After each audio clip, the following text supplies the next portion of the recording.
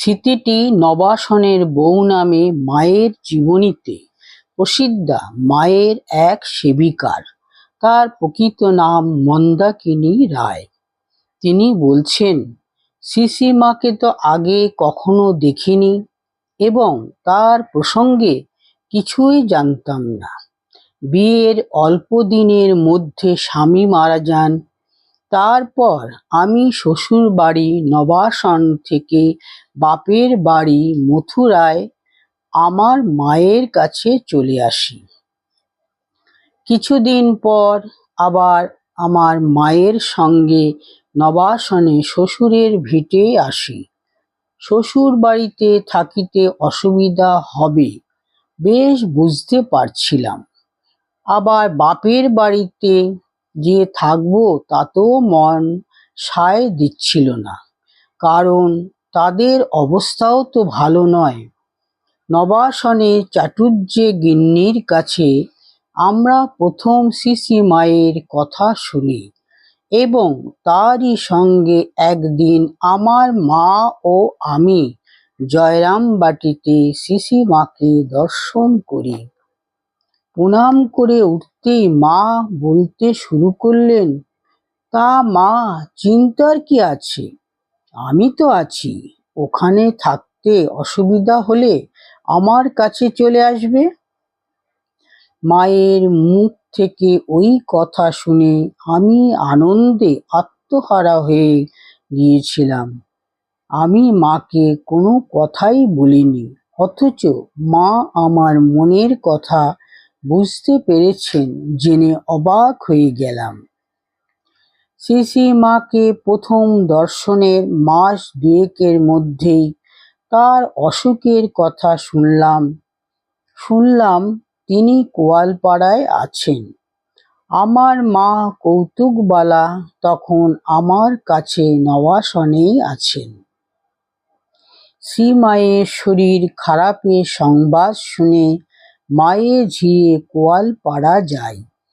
সেখানে শ্রীশ্রীমায়ের শরীরের অবস্থা দেখে আমার মা বললেন, মন্দা, তুই মায়ের কাছে কয়েকদিন থেকে যা। এখানে লোক যাতায়াত বেশি। একা গিন্নিমা অর্থাৎ কেদারবাবুর মা কি করে সব সামলাবেন?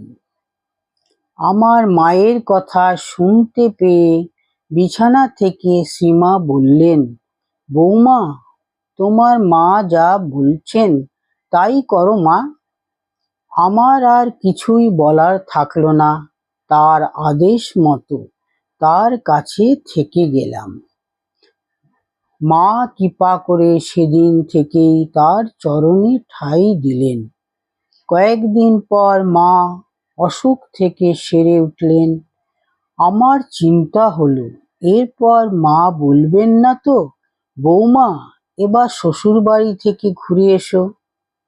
মাঝে মাঝে নিজের থেকেও ইচ্ছা হতো মাকে তাহলে জিজ্ঞাসা করি, মা, এবার কি আমি নবাসনে ফিরে যাব? কিন্তু যতবারই বলতে গেছি ততবারই মা অন্য কথা বলে কোনো একটা কাজে লাগিয়ে দিয়েছেন। এভাবে কিছুদিন কাটলো। একদিন মা বললেন, বৌমা, একবার তোমার মায়ের কাছে মথুরা ঘুরে এসো। ভাইদের স্ত্রীরা তো রয়েছে, ফিরে আসবে যখন নবাসনেও একটা রাত কাটিয়ে এসো। মায়ের কথা মতো কদিন ঘুরে এলাম।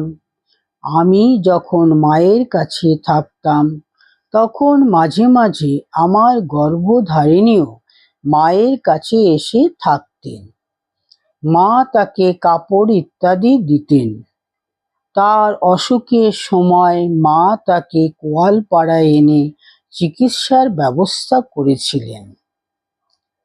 শরীর সারার পর শরৎ মহারাজ যখন মাকে কলকাতায় নিয়ে যাবেন স্থির হলো, তখন মায়ের সঙ্গে তার ভাইঝিরাও যাবে শোনা গেল।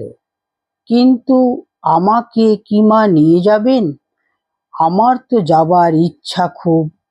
এরকম যখন ভাবছি, মাই বললেন, ও বউ, তুমি কাপড় চোপড় গুছিয়ে নাও।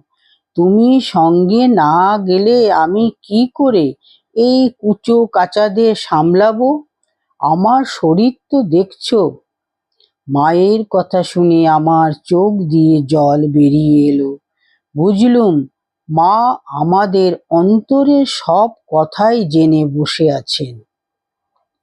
কলকাতায় মায়ের কাপড় চোপড় কেচে দেওয়া, মায়ের স্নানের জল গরম করে দেওয়া, নখ কেটে দেওয়া ইত্যাদি অনেক কাজই করতুম।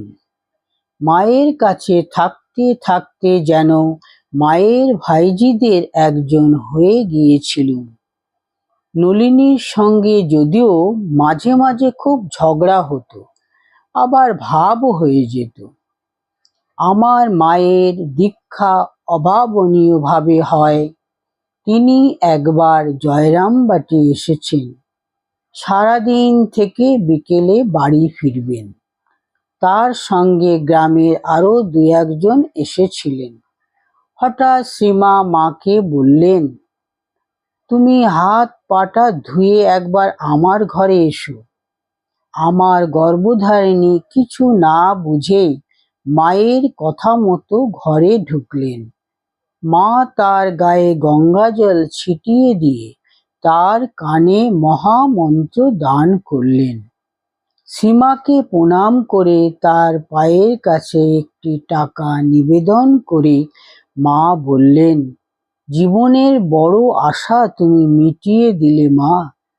বাস্তবিক সেই মুহূর্তে মা যদি আমার গর্ভধারিণীকে দীক্ষা না দিতেন, তাহলে তার আর দীক্ষা হতোই না, কারণ এর পরই তিনি অসুস্থ হন এবং মারা যান। আমার দীক্ষাও ওই রকম। সেবার 1919 সাল, পুজোর সময় মা জয়রামবাটিতে আছেন। মহাষ্টমীর দিন সকালে মায়ের চরণে ভক্তরা এসে পুষ্পাঞ্জলি দিচ্ছেন। মা আমাকে এমন সব কাজ দিয়েছেন যাতে আমি তার কাছাকাছি থাকি।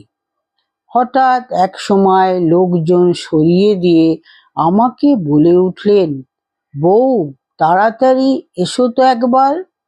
আমি ছুটে তার কাছে গেলাম। তিনি আমাকে তার পাশের আসনে বসতে বললেন।